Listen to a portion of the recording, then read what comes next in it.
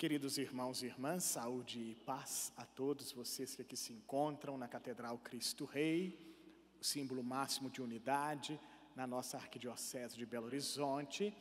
E com esta mesma alegria acolho aqueles que aqui se encontram, vêm pela primeira vez, e também saúdo os que nos acompanham através das redes sociais e também da Rede Catedral de Comunicação Católica, Rádio América e TV Horizonte. Hoje estamos no segundo domingo do tempo comum. É o maior tempo do ano litúrgico.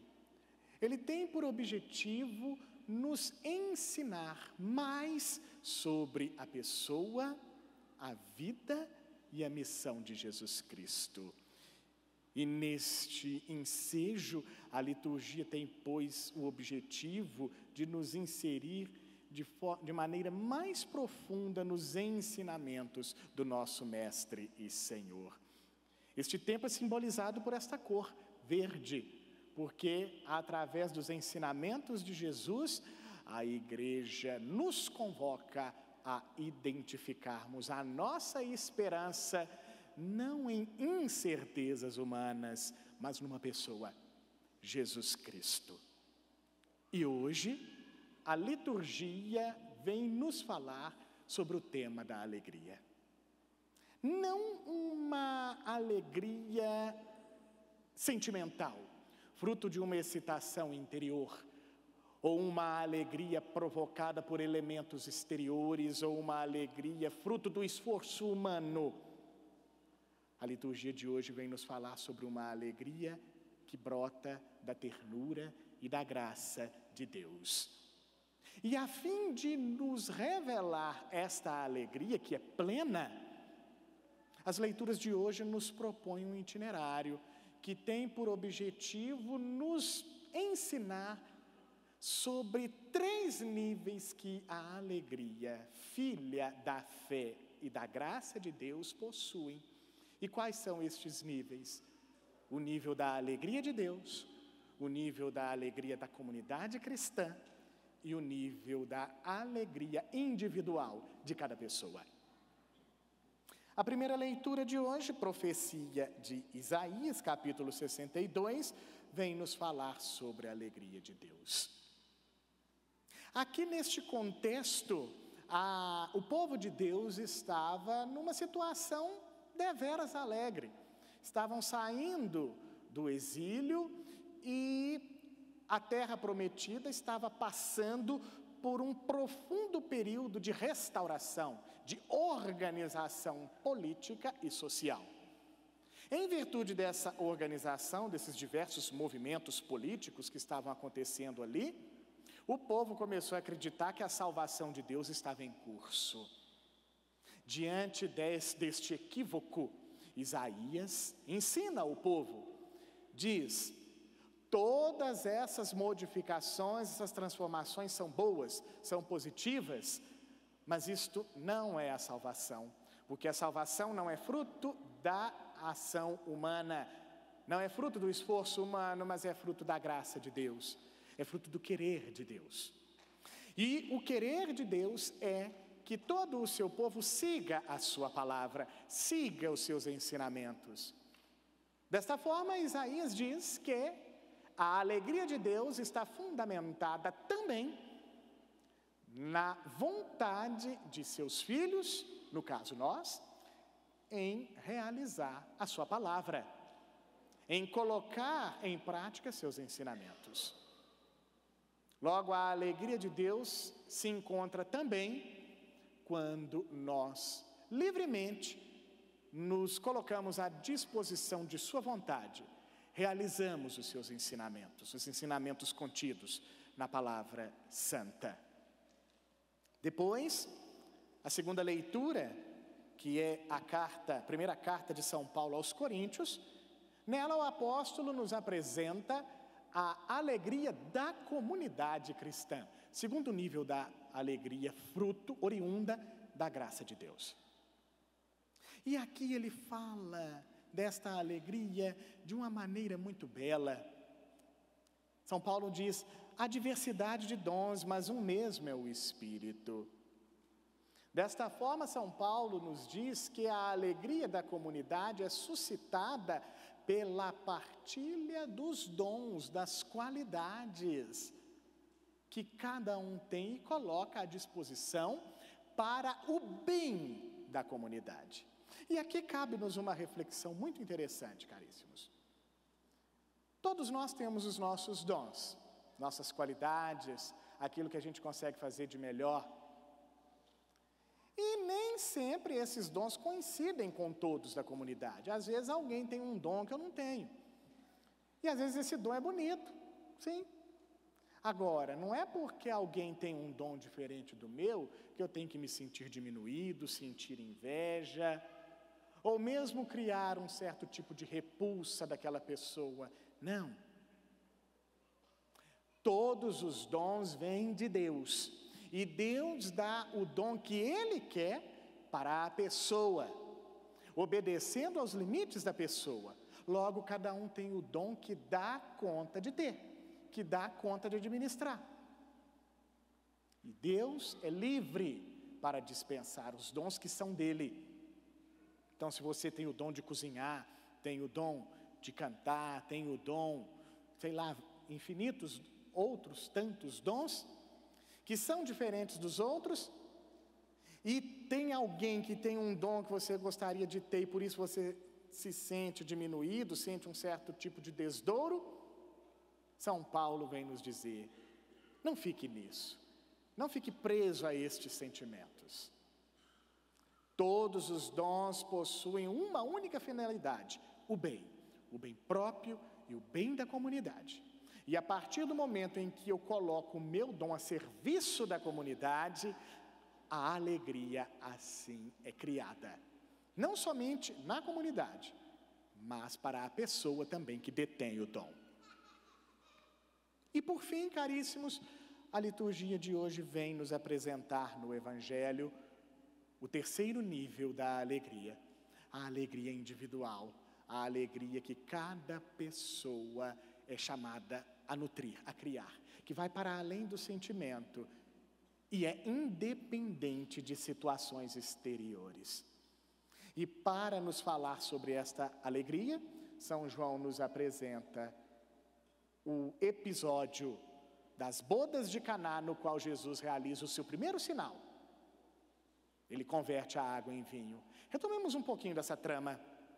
Jesus estava numa festa de casamento. Eis que o vinho vem a faltar, e o vinho era, pois, o elemento mais importante de uma festa de casamento naquela época. Não ter o vinho era sinônimo de tristeza. Não ter o vinho era uma circunstância, uma situação de vergonha para quem estava oferecendo a festa. Ter uma festa sem vinho era ter uma festa sem graça. E eis que a festa estava fadada ao fracasso e os noivos à vergonha.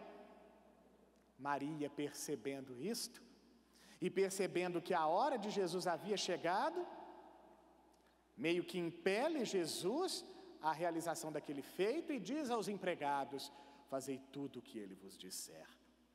Quando Maria fala isso, caríssimos irmãos e irmãs, São João opera uma transição. A transição de uma alegria que até agora estava dependente do vinho e da alegria dos noivos, para uma pessoa, Jesus Cristo. Discretamente, a razão da alegria daquela festa deixa de ser o vinho e os noivos e passa a ser Jesus. Com isso, São João nos fala, a razão da nossa alegria deve ser não uma coisa, não uma situação, mas Jesus. Sabe, caríssimos, às vezes na nossa vida a gente experimenta situações que nos tiram a alegria, não? Que nos dão desgosto, que nos desanimam, que não nos fazem ter aquela sensação prazerosa, própria mesmo da alegria. É neste momento que muitas das vezes o vinho da nossa vida, do nosso sustento acaba e as nossas talhas, as talhas do nosso coração acabam se enchendo de água, ou seja, a gente começa a buscar compensações, subterfúgios nem sempre saudáveis, acreditando equivocadamente que nestes estão a alegria, como por exemplo, vícios, comportamentos desregrados e tantas outras coisas. Nestes momentos, e nenhum de nós está isento deles, em que a nossa alegria acabar, exaurir, nós somos chamados a fazer isso que Maria fez, a apresentar a Jesus a talha do nosso coração, que está ali, se enchendo de água. Somos chamados a fazer o que Maria fez, com jeitinho, fazer com que a nossa alegria deixe de ser aos poucos fundamentada em pessoas, em situações, em circunstâncias, em coisas, e vai aos poucos sendo identificada com Jesus. E como nós fazemos isso na prática? Na medida em que buscamos aquilo que nos falta, com responsabilidade, de forma saudável. Somos os seres da falta. Nunca estaremos completos. Sempre faltará um quê em nós. E aí, para preenchermos estas faltas, somos sim chamados a buscar tudo que depende de nós, tudo que está ao nosso alcance, para que esta falta seja preenchida, mas na certeza de que ela nunca será, porque apenas uma pessoa tem esse poder de preencher aquilo que nos falta, é Cristo. Às vezes nos falta, uma pessoa para nos relacionarmos, às vezes falta um emprego dos sonhos, às vezes faltam amigos de confiança, enfim, às vezes falta alguma coisa para preencher o nosso vazio. E aí, diante dessa interpelação de Maria, somos chamados a buscar em primeiro lugar Jesus, para que Ele vá aos poucos nos guiando, e estas faltas secundárias, contingentes, vão sendo aos poucos preenchidas com responsabilidade, com sabedoria, com zelo, com amor. É na medida em que buscamos aquilo que nos falta, caríssimos, nesta busca é que vamos vivenciando a verdadeira alegria. E para que isso de fato aconteça, precisamos entrar na dinâmica proposta por Maria. Isto é, apresentarmos aos empregados da festa da nossa vida, isto é, aos nossos sentimentos, às nossas emoções, aquele que é o único capaz de dar um rumo novo à nossa festa, um rumo novo à nossa vida, Jesus. Buscar em primeiro lugar o reino de Deus, o resto é acréscimo. Busquemos em primeiro lugar aquele que de fato pode enrubescer a nossa vida com um vinho novo, com um vinho sagrado, e este alguém é Jesus. Portanto, irmãos e irmãs, que a palavra de Deus do dia de hoje possa nos inserir na dinâmica da eterna busca da razão da nossa alegria. Busquemos sempre a Cristo, que é a nossa alegria. Quando o vinho novo da nossa vida acabar e as talhas do nosso coração se encherem de água, de compensações paralelas, apresentemos essa água àquele que pode enrubescê-la, àquele que pode transformá-la. Façamos isto por meio de uma eterna busca pelo Cristo, Senhor de nossas vidas. Porque, como nos diz Santo Agostinho em seu livro Confissões, apaixonar-se por Cristo é o maior de todos os romances.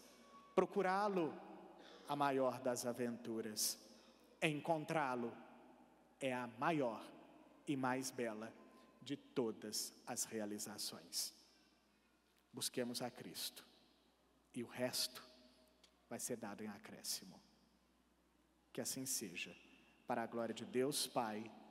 Amém Louvado seja nosso Senhor Jesus Cristo. Para sempre seja louvado.